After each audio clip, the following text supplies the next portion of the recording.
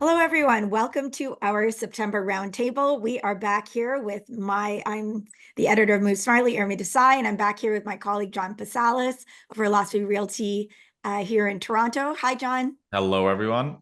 And as always, our friend and colleague, Steve Soretsky out in Vancouver with Open Realty. How are you, Steve? Always a pleasure. Looking forward to it. Back into the fall market. I know it's exciting. So how is the fall feeling so far? What does it feel like in the market, Steve? And what did the numbers say? Or are they saying two different things? Yeah, well, I mean, in terms of the fall market, I guess we'll see how things shape up here. It's obviously too early to tell, but I think we'll be keeping a close eye. I think the big story will be on inventory, on new listings. That's kind of what I'm looking for. So, I mean, if you look at the August numbers, I don't think it's, I mean, probably similar to maybe John would agree with me on this, but I don't think it's going to tell us a whole lot. I think it tells us kind of where the market was and has been, which is that, from a seasonal perspective, the summer months are always slow. And so I think the next big test is really just the fall, right? I mean, that's typically your uptick from a seasonality perspective. If you're going to sell a home, September, October are typically pretty good months. And so that's really going to be telling, right? Is are we going to get like any sort of uptick? How's the listing side going to look? How's the demand side going to look here in September, October with lower mortgage rates? Because if there is no real uptick and inventory just kind of keeps coming on and piling up, well, then you're getting into November, December, January, which historically are really slow months. And then that means basically as a seller, you're waiting until probably the spring market for any sort of glimmer of a turnaround. Are But yeah. and are you sensing anything, or do you feel a little busier? Are you starting to see some of those buyers getting more active after the summer, or is it still so early in September? It's funny. Like, I mean, John and I were talking about it before we hit record. Like, we feel like we're busy from like our business. Like the business itself is busy. I mean, in terms of like the market, I mean, I don't know if I'd say it's a busy market. I mean, if you look at the sales figures for August, we're something like 26% below the long-term average in terms of sales. This is some of the worst sales that we've seen next to August of 2022. If you remember that was at the peak of the rate hiking cycle when Tiff Macklin was dropping 100 basis points at a time. So sales volumes are still really weak. I think we're still seeing most of the weakness, I would say, is concentrated in the condo segment where the investors are located. And so if you look at entry level single family houses, those are still moving okay. Still not that much inventory there. So again, I still think it's a tale of two markets right now, which is the investor, which has been so active in the market over the last 3, 4, 5 years, I think is more or less non-existent. All right. Thanks, Stephen. John in Toronto, same question to you. What does it feel like? Are you sensing a pickup either in buyers or more listings coming onto the market? And what do the numbers say? Yeah, very similar trends with Steve. And I agree with Steve. August data, doesn't really tell you that much. Usually it's the end of the month. A lot of people cancel their listings.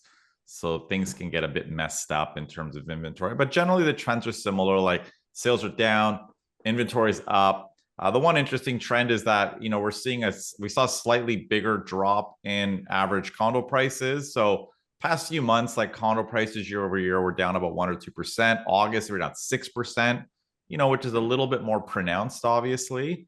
So we'll see if that carries through to September. But Steve's 100% right. Like this September is like when people start to search again. In our business, a lot of clients who were even active in the spring kind of hit the pause button in July and are like, you know what? Leave me alone for 2 months. I'm going to go to the cottage. You're going to go on vacation. I'm sick of looking at homes. Call me again in September, right? And new buyers often enter in September as well. So we'll see what the volume of kind of demand is relative to new listings. Steve's right. My instinct is the low rise market is going to probably pick up a little bit. I have a feeling, and by low rise, I mean like semis, detached, townhomes, probably a little bit busier than what it was in the summer. Where the condo market's a coin toss. I mean, we don't really know. It's a bit harder to tell because we could see more people listing. And as Steve said, it's a lot of investors were driving that, and they've largely kind of pulled back quite a bit. So we're not seeing that demand. I just want to chime in there quickly because I think there's like an important distinction here. Like I look at the home price index for all property types in Greater Vancouver, and we split this out between detached and condos. It's pretty similar. So we're down. Prices are 0.9% lower than they were 12 months ago. So it's like it's pretty surprising. Like I mean, it's weird because like it's a slow market. There's not a lot of transactions. There's a lot of pain in some segments. But when you kind of like zoom out as a whole, like it's kind of just like a boring, slow, stagnant market. You know, you're not seeing like, you know, the big headlines of like, oh, prices are down 20%, 25, 30%. Like it's not like that. But I think there's definitely pockets of the market where like, wow, like there's no bids there, there's pain there, there's big losses there. But I think when you zoom out as a whole, the market's pretty flat. I mean, it's interesting because it's been largely flat for 2 years, right? Because the big decline in prices happened from like the beginning of 2022 to like the summer of 2022, at least in Toronto. Prices fell like, I don't know, 20%, partly. And we've talked about this. It's like people got caught up in the frenzy, bought a home, had to sell, were distressed. You know, people were caught up in two transactions. So that's why we saw such a rapid decline. But since then, I mean, yeah, it's largely been flat, which is a little surprising because for most of that period, we've had like 20-year low of sales largely, right? So, you know, and obviously there's these many peaks, like the market rebounded a little bit beginning of 2023, but yeah, it's been So, kind of a flattish market. John, when you see like these big, and I'm just curious from like an outsider's perspective, but when you see like some of these Twitter accounts, for example, that highlight like huge losses and, you know, buyers walking away from their deposit, is that just like a particular product where you're seeing like these big divergences between price paid and now like they're reselling at this big loss? Is that typically just someone that bought like a pre-sale in the suburbs at like the peak and now like they've closed or they're closing and they're reselling at a significant loss? Is that pretty much the gist of it? I mean, my feeling is, yeah, I mean, people are picking out outliers. So if we think about like from the peak to now, average prices are down, say 20%. Well, if you bought at the peak and you overpaid even at the peak and you're selling today, you're going to be down like 30%. You know what I mean? And on a $2 million home, that's a lot of money. So yeah, I mean, certain people like, I mean, they're kind of fun stories. You know what I mean? They get a lot of clickbait. They're down 500,000, but it's, I mean, prices are down from the peak. That's the reality. But again, most people who bought 2 years ago aren't selling today, right? Yeah, that's a good point. I mean, I think like I know from my experience, like on the ground here, was like I remember sort of at the January, February peak, it was like, you know, you'd go to a client and it'd be like, listen, the market value of this house that you want to buy is 1.6 million. Like that's the market value, in my opinion, based on the sort of the recent comps. And those comps are obviously inflated too, right? Because Mhm. those comps have been pushed up over the last 12 months. Yeah. But it's 1.6. But by the way, there's 7 offers on this house. And so if you want it, if you really want it, you're probably gonna have to pay 1.7. Mhm. And like that was just, you know what I mean? So it's like almost like you were forced to overpay at the peak if you actually wanted to transact. Yeah. So I'm assuming, yeah, if you ended up paying that 1.7 right at the tippy top peak, yeah, maybe today you're reselling at a 1.5. But that's how prices accelerated so quickly leading up to that point, right? Because in Toronto, it was like there are 20, 25, 30 people bidding. I mean, Yeah. every home was selling for like 50 grand more than what the neighbors sold for 2 weeks ago, Yeah. right? It was totally speculative leading up to that peak for sure. Well, yeah, I mean that's sorry to interrupt, Like just to exuberance. Yeah. go back on that, right? But I know like when people look at back in like in hindsight, but it's I've always said when people fear that they're gonna get priced out of the market, out of shelter, which is like a basic human need, I think people will do crazy things and I think that's what we saw, right? Is like if you didn't pay 1.5 today, it was like, well, it's gonna be 1.6 next month. So like may as well just get to the 1.6 today. And Mhm. so that was really the mentality. Yeah. I mean, those are the markets that actually I'm more fearful of usually. It's kind of when everyone's greedy and optimistic and are paying 50 grand more than the neighbors that Yeah. I worry about more. Cause you're thinking this is gonna go. Like it cannot keep going like this, right? So yeah.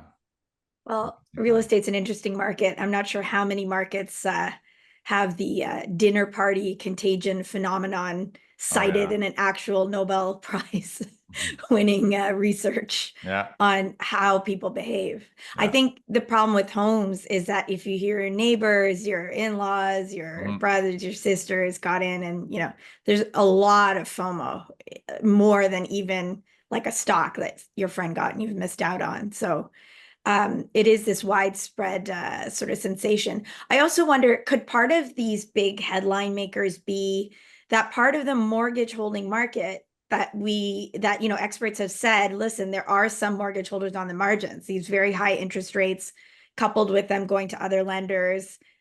You're going to see some people fail to Mhm. close transactions and not be able to. And I wonder if that's part of it. Like some of these, the biggest losses are people in that precarious financing situation. Yeah, certainly. I mean, I think it's not like closing's one thing. I mean, I think some of those people who bought at the peak who have to renew at, much higher rates are going to have challenges. Again, I mean, I think we're going to have to see how this all unfolds. I mean, the theory is you're going to see these mass exits of the market. I don't know if that, I mean, we're starting to see that to some extent in the condo market.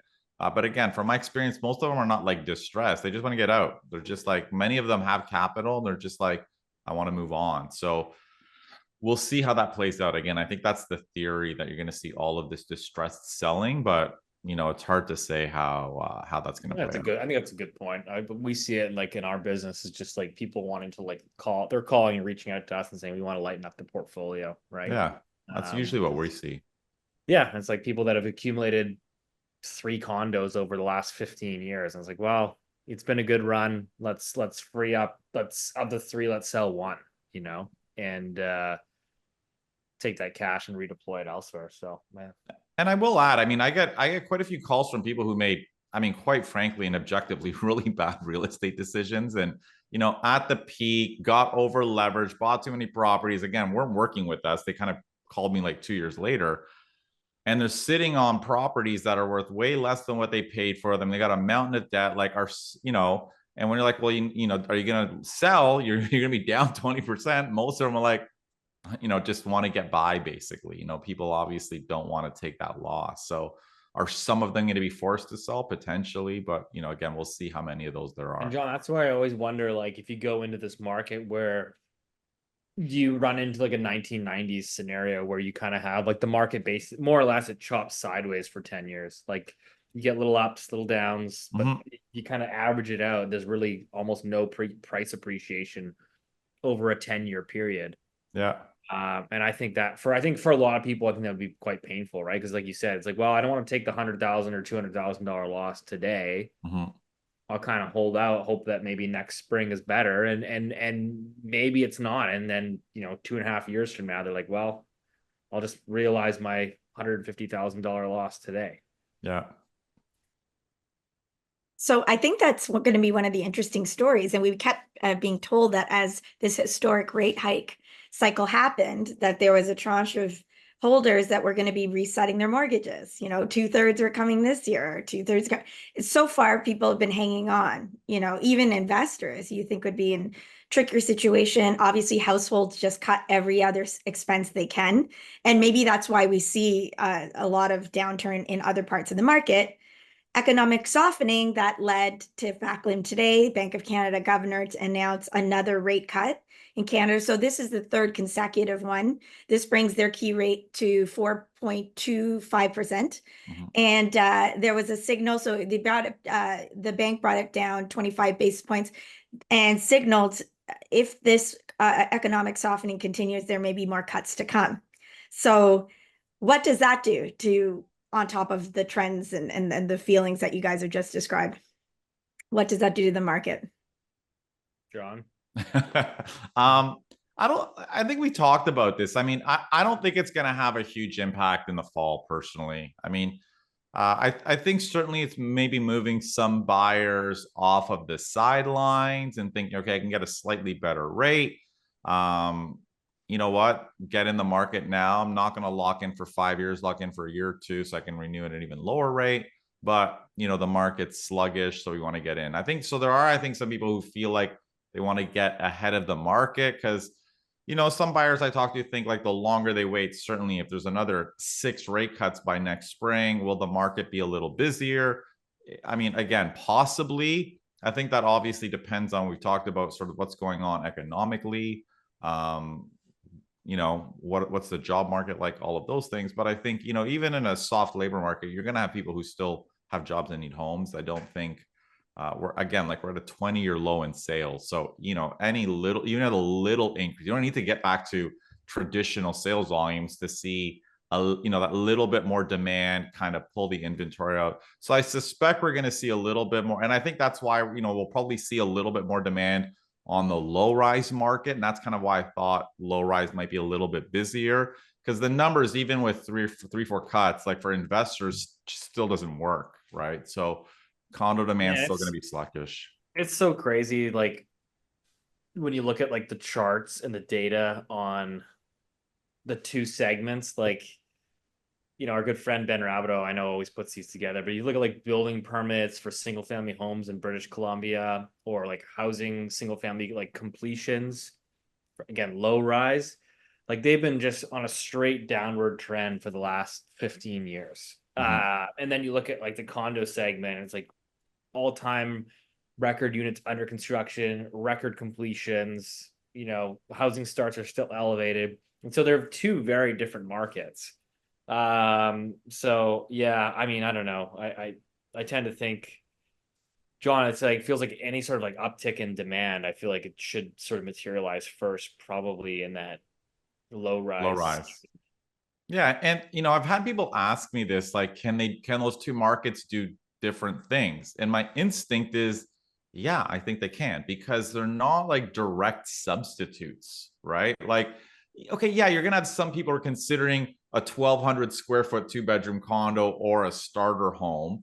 That's a small segment of the market. The highest share of condos in Toronto are like 1 bedrooms, right? Like you can't get a 3-bedroom condo for a family. So it's not like you can substitute from one to the other. So it's very possible you have a very sluggish condo market and slightly busy low-rise market. Yeah, that seems about right to me. I mean, one thing just to touch, I know we were talking about rate cuts and stuff, but yeah, I mean, I still point out to everybody that that's moving your variable rate mortgages, which, if you go based on where the market's pricing another 50 basis points of cuts by year end, that should bring most variable rate mortgages to about 5%.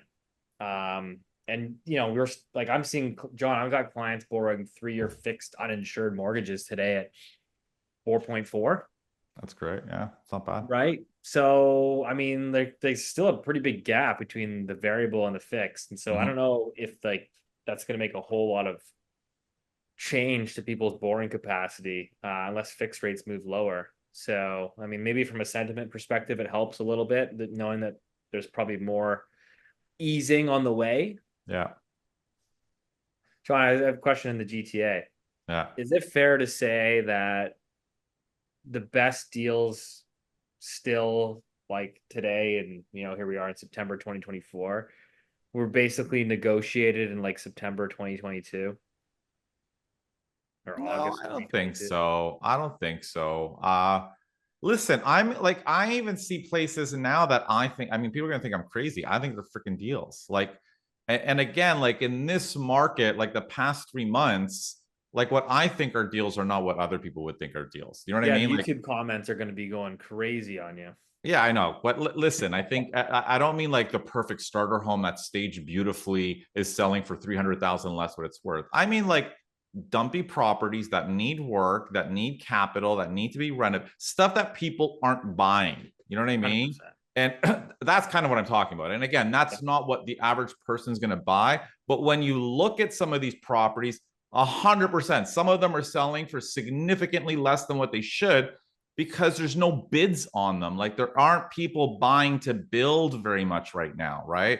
or even end users to top up and build their own home. So like many of those properties that need a lot of capital are selling for what I think are less than what they should. And again, this isn't a rule like every home's selling for a discount, but there are some that are selling for way less than what I would have expected.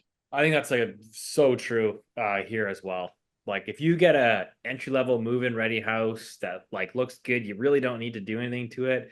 It pretty much sells at full pop, and might even still go into the odd multiple offer. But then you get like all the other houses that are just like they need work, they're a bit funky. Maybe there's only one washroom, so you got to add a second washroom. So you got to spend another $60,000 at like people that where you actually have to spend some money to get the house in like a nice livable condition are basically, in my opinion, almost going no bid. Yeah, they are. And listen, the ones that are selling for a deal are the ones that just need to sell. They just need to move on, right? Because there are a lot of those homes that I'm talking about that are sitting in the market that are overpriced and no one's buying, which is contributing to the surge in inventory, right? So it's not like all of them are selling at a discount, but some are because the sellers just don't care. They need to move on. It's they just need to sell and leave, basically. So yeah, I think it's that segment. But to the outsider or to the common consumer, this is quite a change. I mean, one of the most dismaying feelings in Canadian real estate, especially in Toronto and Vancouver, has been dumps going for absolutely high prices. You finally reduce your own, I guess, what you were hoping to get in a house, thinking, okay, I'll move into this segment where things are not as beautiful, only to be outbid. And now when we see a lot of that investor activity taken out, a lot of that other development activity, other people competing to redevelop the homes, it is actually making a bit of a difference. And so I guess what you're saying is against a backdrop of flat prices, stubborn sellers able to hang on, even though sales are at an all-time low, there's going to be a few of these people that need to sell. And you can't afford to stay sticky if you need to sell. For sure. And this is not really the environment for it, right? 100%. We could do a whole segment on stubborn sellers. We should do that one. I got lots of examples.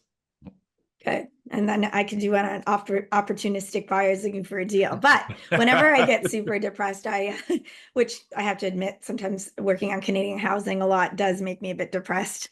And I just have to put it down and, go out to the lake. I think this is why Canadians, we need our summer. Like we don't have much of it. We can't be all depressed about housing 12 months of the year.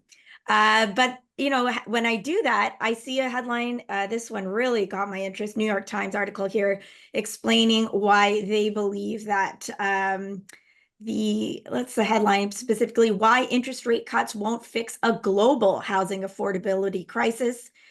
This article talks about it being experienced from Anchorage to Amsterdam. And it notes that the interest rate cuts that we're starting to see in Canada and around the world will result in mortgage payments that have come down, but are still much higher than what we saw in the 1920s, definitely in the 1920s, but the 2010s. And not only are these mortgage prices higher than then, they're sitting alongside higher home prices now. And the article looks at a few different markets and suggests that around the world, what is really uniting the problem, or what is the driving factor, is supply. And it talks about a Moody report that, get this, says the United States is short 3 million homes. A number that stuck out to me because Kamala Harris has now unveiled during her presidential run this bid to build 3 million homes in the United States. That's the same number that Canada is short. We are 1/10 the size. So that's an interesting note. So while supply problems are what they're blaming globally, I'm not sure they're being experienced the same. And I wonder what you make of that argument, Steve, that supply around the world is the uniting factor, not the interest rates being very low for a long time and then running up.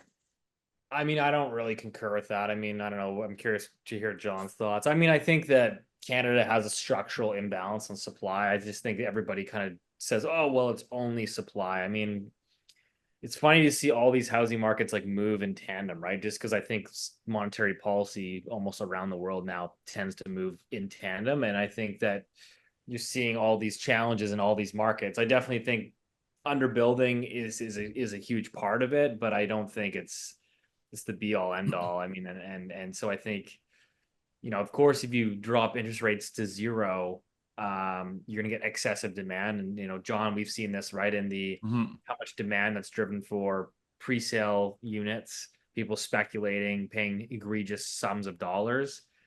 And, as rates go up, now all of a sudden there's no demand. And now nobody wants to add to their real estate portfolios, and that's reducing demand. So I think housing is just such a complicated topic that it's you can never point to one thing and one solution, and every market is so different. Like, we just talked earlier about the structural shortage and imbalance on single family homes. We don't build them anymore. Right, but like, I think on the condo side, we're building tons of them. So I don't think you're going to be talking about a shortage of condos over the next couple of years. I don't know.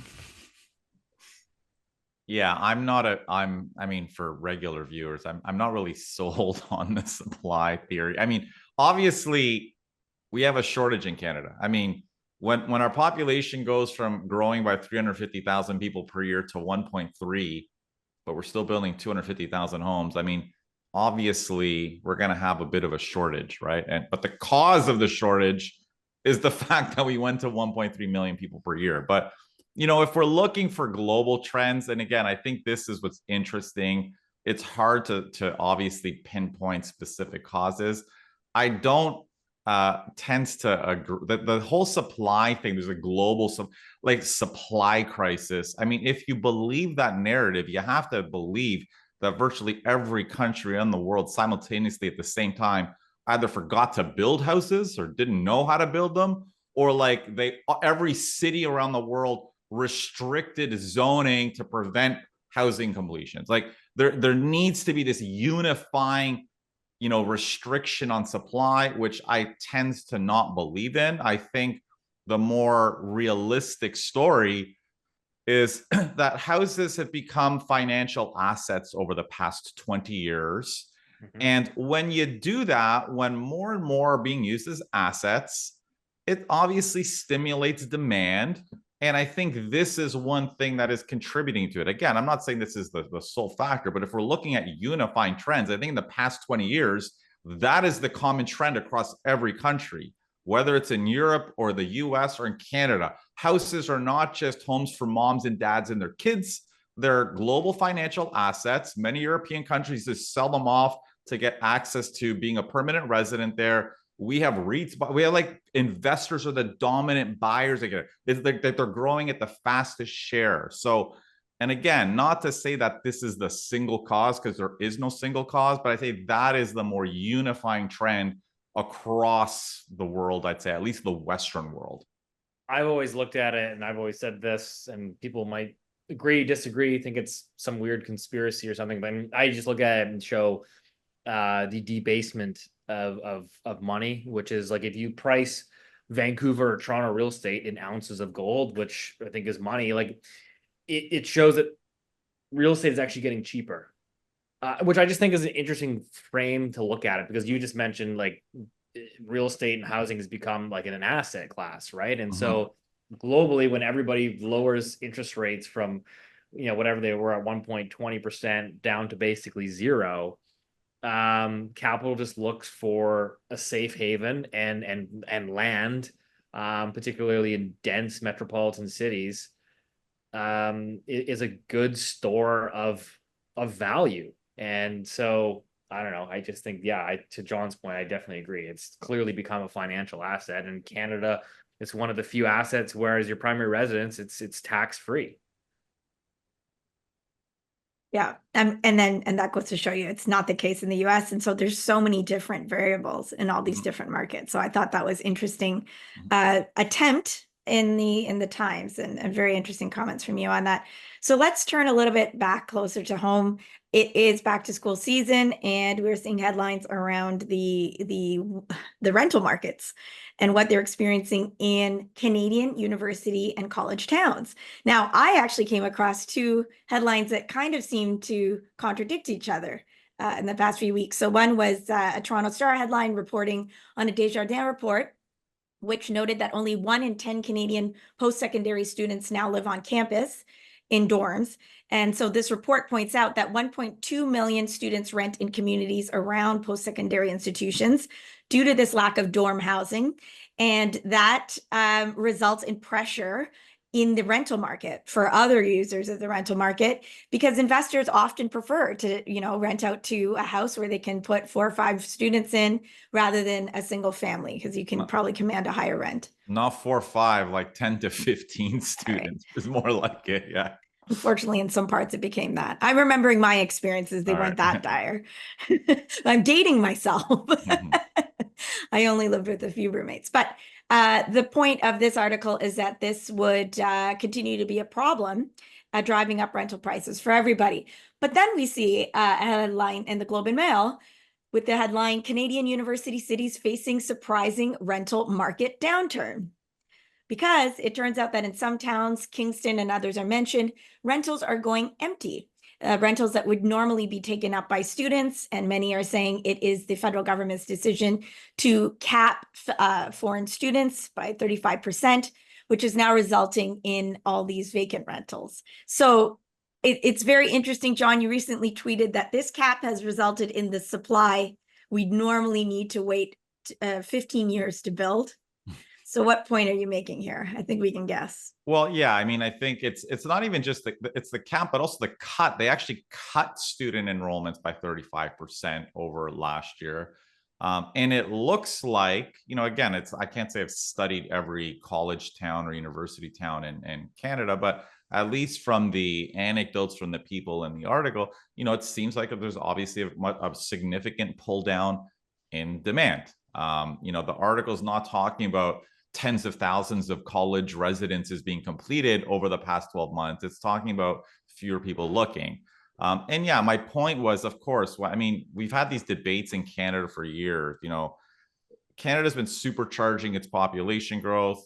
Part of that is students. We think about our rental, for our years, the economists are saying, well, don't worry about that. We don't want to touch population growth. We want to keep supercharging it. We're just going to solve it by increasing supply, but it's going to take, 15 years to triple our housing completions. And, we're kind of seeing in literally 1 year, you take the foot off the gas and kind of move student enrollments back to normal numbers. And suddenly you don't have the supply crisis we had last year. And investors, it's kind of less profitable, like you said, to convert these homes into rooming houses for students. So, again, I think this has kind of been the challenge in Canada. Everyone's kind of focused only on zoning as the single cause of our crisis. But obviously, it looks like things like a rapidly booming, and at least in Canada, like student enrollment has obviously been a huge factor. John, if I can boil down your thought campaign to a single sentence, it's demand, stupid. Largely, you're yes. saying? Largely. Steve, what are you seeing in Vancouver? Have you heard about any of we these don't have like the college boom towns, busts? stuff like that. I don't think we have like these crazy stories of 18 students living in basements. I don't it's just not really a thing here, to be honest. But I just look at the setup for like a landlord in BC, and we talked about this earlier in our segment, which was a lot of investors coming and freeing up or lightening up their portfolio of investment properties, right? And so I just look at the setup today, and like the landlords in BC, they've had it so good for so many years recently, right? Which is you've had massive price appreciation, you've had really low interest rates, so you've been able to pay down the debt much quicker. And then you've had massive rent growth. And so I look at the setup today and I go, okay, it's interesting, right? So you have all levels of government coming in. The feds are now saying, finally, we're going to clamp down immigration growth after all this pressure. So we're going to clamp that down. The BC government's saying we're going to, freeze your rents below market rent or below the rate of inflation.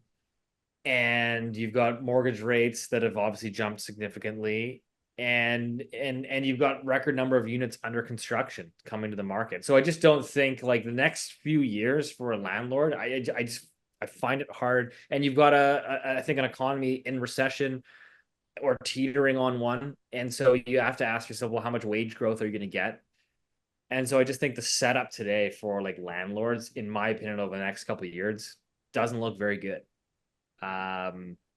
So that's something for people to probably chew on in terms of making decisions about is adding to the portfolio today versus lightening it up. And I think that's why we're seeing a lot of investors today are opting to lighten the portfolio. And what does that do now in the supply demand imbalance? Yeah, and I agree. I mean, it is becoming more challenging. You know, and at least in Ontario, certainly one of the big factors is like a really broken landlord tenant board where I mean, it takes you a year to evict a tenant who's not paying, for example. Like it's a disaster. And what happens is as an investor, you don't want to take risks. Like you're only going to take like the best, most likely tenant who's going to pay you, and you don't want to take the risks. And you're sitting vacant. I mean, we had one client who's been sitting, you know, kind of waiting to rent out his unit. He's had 60 applicants, but all of them are just a little bit too risky. So you're just sitting around waiting for someone decent. So yeah, it is definitely more challenging these days to be an investor. We've seen that over the last couple of years as the tenancy laws in BC have shifted so far in one direction, which is more and more towards the tenant side. You're seeing more landlords, not just landlords, but mom and pop owners that have, like, let's say a single family house with a basement suite. They're going, maybe I will leave the basement suite empty and just leave it for in-laws that come visit, just because there's so much concern now about how difficult it is to get tenants. So it's funny, I was just, you know, as we're chatting here, I was reading on Twitter here. This guy posted a story from the tenancy branch there in Ontario, John. He says 2 employees of the Toronto District School Board secured a rental by showing fraudulent paperwork indicating they had $400,000 in savings. Oh, They're now being evicted for non-payment of rent, totaling more than $29,000.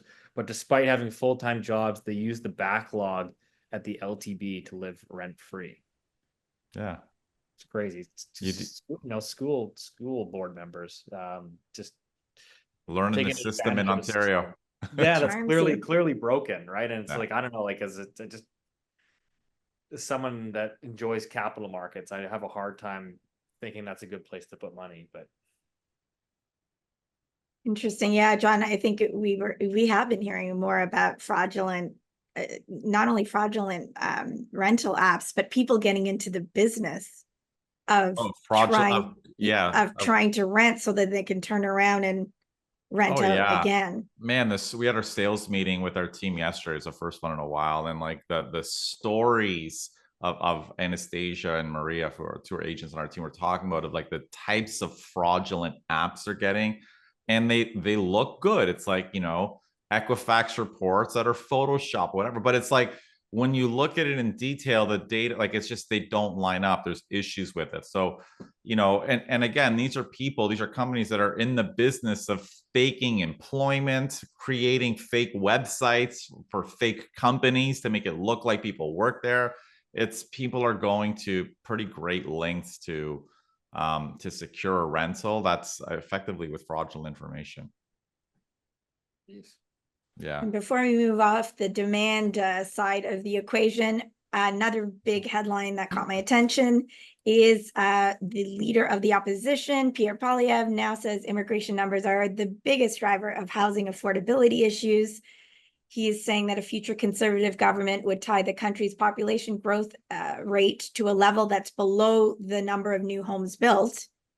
And so that would be quite low, actually. If assuming he means, maybe he means only certain segments. But interestingly, what I found fascinating was that in his long so-called mini documentary on Canada's housing crisis, we pointed out here on the show, he released that back in December, that he didn't mention immigration once or demand. So that's quite the turnaround. Steve, what do you make of the turnaround? I mean, I think it's politics, right? I mean, I think that, you know, you shift with the political winds. I mean, I think as we've seen over the last number of years is that unfortunately it's all politics, right? I mean, governments will say what they want to say to retain power or gain power. And, you know, I think truthfully, as John and I have talked about here, I don't think there is no silver bullet to restoring affordability. It's a multi-decade long process. regardless of who's in power. And yeah, it's just amazing to see, you know, the current federal government, which is now done a full 180 on the immigration side, when we had people like myself, John, I mean, I think Ben Rabideau, who's active on Twitter. I think he was at one of the housing conventions there, spoke to Krista Freeland about this stuff like 3 years ago and was just basically dismissed. So yeah, I mean, I don't know. I just think that housing affordability is sad to say, but I think it's just a myth. I think it's just politics and people talk about it. Like, I'll give you an example. I think regardless of one's political views, I think I'm fairly agnostic on this, but we've got the BC NDP, and we've got the BC Conservative Party. There's a big election coming up. So the BC NDP, love them or hate them, I think that they've actually done a lot of very progressive work on the housing file over the last 24 months. They have basically mandated multiplex zoning across the entire province, which is like, realistically, if you do want to solve affordability, I think you have to take drastic measures like that. You might not like them, particularly if you're a boomer that's well established in a single family neighborhood. But I think it's the necessary action. And it's funny because now they're falling in the polls. The BC Conservatives are looks like there's a good chance they might win it. And he's really campaigning on getting rid of all that stuff and saying, you know, we want to give the power back to the municipalities and let them dictate zoning. And so I don't know, the people are going to vote. We'll see what they vote for, but it's amazing. What a mess. That's amazing. Wow. Right. All right. The feds have come out and talked about how good of a job the BC government's done easing up zoning. We've cut them a check for the housing accelerator funds. You know, Ontario saying, well, we're watching BC and we're going to start mimicking everything they're doing. And now it looks like there's a good chance that they might be out. Steve, that was back when the Liberals and the NDP party were still friends. I don't think yeah. we might not hear as many messages like that now that Jagmeet Singh has decided that party is over. We will definitely be hearing more and more about, you make great points about, you know, just how frustrating it is that an analysis of the problem, which was pointing to this, the key driver being X, was basically just completely muddied by political talk, you know, xenophobia, you can't mention it, blah, blah, blah, to the point where you then destroy trust in the immigration system, which actually, by the way, causes the most backlash against immigrants or people who look different, no matter how long they've been here. So it actually helps nobody. And then it turns out to be, oops, we all think it's immigration. I mean, I'll just add to that. Like, I actually don't even think it was necessarily all political for years. I think part of the big problem is we had for years, and I'm going to call them YIMBY economists, because that's the best term with them, like the YIMBY being yes in my backyard. So you had a lot of these YIMBY economists that for years were arguing our housing crisis is just about supply. Don't worry about demand. We don't worry about it. It's not a big deal. If you just reform zoning and upzone multiplexes, and allow the types of homes that they have in London, England, and in Amsterdam, if we can build those types of homes, all of our problems will be solved, right? And their narratives really, I mean, at the end of the day, the politicians listened to them. So, I mean, it's like, and this is where I have a tension. Like, on the one hand, you want to blame the politicians, but on the other hand, most experts were making these arguments for years that we can just focus on zoning and we'll all be fine. If you just follow their 300-point plan on changes that you need to make, and if the Ontario government and every province changes their building code and official plans, everything's going to be fixed. And it's only until recently that the federal government, with their latest budget, actually went away from that. So, okay, you know what? Actually, it looks like this population boom's a bit of an issue. They put their immigration section in the housing section. Exactly. For like the first time. the first time. So, but to your point, John, I do think there's political footballs that nobody wants to touch or like just keep passing around. And that's always this idea of immigration, because let's face it, votes matter and people don't like to feel like they're being picked on and not. And so not a lot of people like to go out front with that kind of messaging, especially in Canada, which is an immigrant built economy. But you have a great point saying that. And on top of it, they had a lot of convenient other theories and research to say, oh, it's not even the problem anyway. Well, yeah. I mean, I think that's the challenge too with Pierre. I mean, Pierre had all the data. I mean, and this is, fine. I'm not gonna. At the end of the day, the liberals screwed up.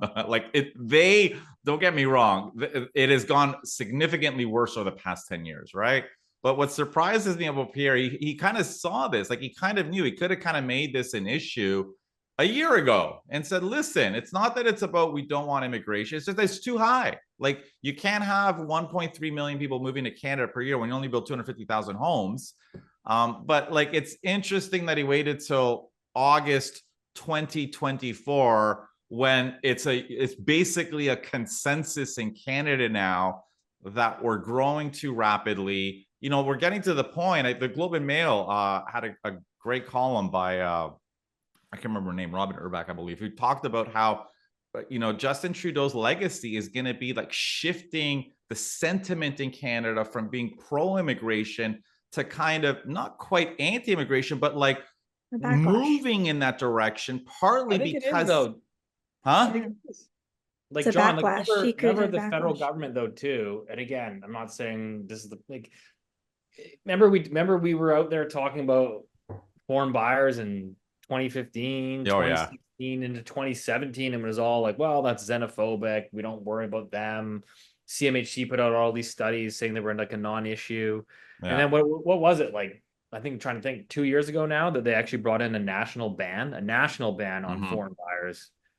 And now they have the annual housing, what is it? Underutilized housing tax on empty homes by foreigners. So I don't know. It's such a complicated topic, and I think politicians move when they absolutely have to. They're not like proactive thinkers, right? They're spare a thought for poor Mr. Poilievre, who is running a Mr. Nice Guy campaign. So no to newcomers. It's not quite Mr. Sunny Ways, but it's pretty much up there. And so I think that's just become. I think it's become very like nationalistic, protectionistic when you. Yeah, I think when you see all the newcomers coming in and you can't afford housing and now you can't find a job and people look for people to point the finger at. And I think like immigration is, I didn't, we're talking about global trends. Like this is a global trend, right? You're seeing it in the UK, you're seeing it in Australia. It's human nature. It's the easiest thing to pick on or look at people that look different or are different and say that's the problem. Not the, quite frankly, almost all white politicians who let them come in at large numbers.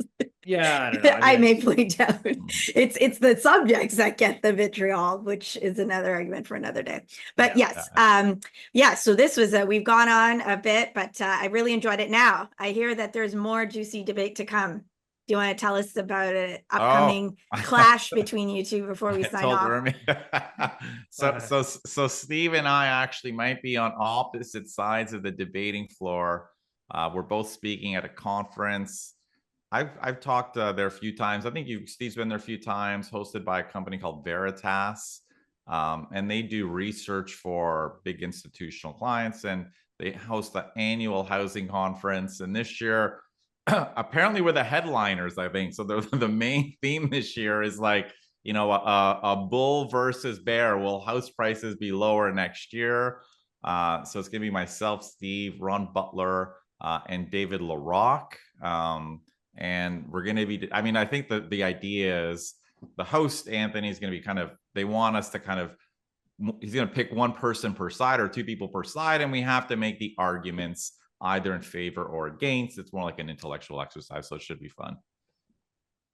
Well, I'm going to find clips. We'll see if we can get tell people what you've been saying next month. Yeah, it'll be a fun chat. Yeah, I got to find someone bullish in the room, but I don't know. It's going to be an interesting. Like I said, I think for people that are tuning into this today, I think keep an eye on the fall market, because I think this is going to be pretty telling, because I think the next sort of opportunity to sort of shift gears, if you're looking for a direction change in the housing market, it's probably going to be the spring. So Mhm. either it happens in the fall here, or it happens in the next opportunity, I think, is in the spring, because not much goes on in the wintertime. Yeah, we'll see. All right, so you have to listen again next month to us.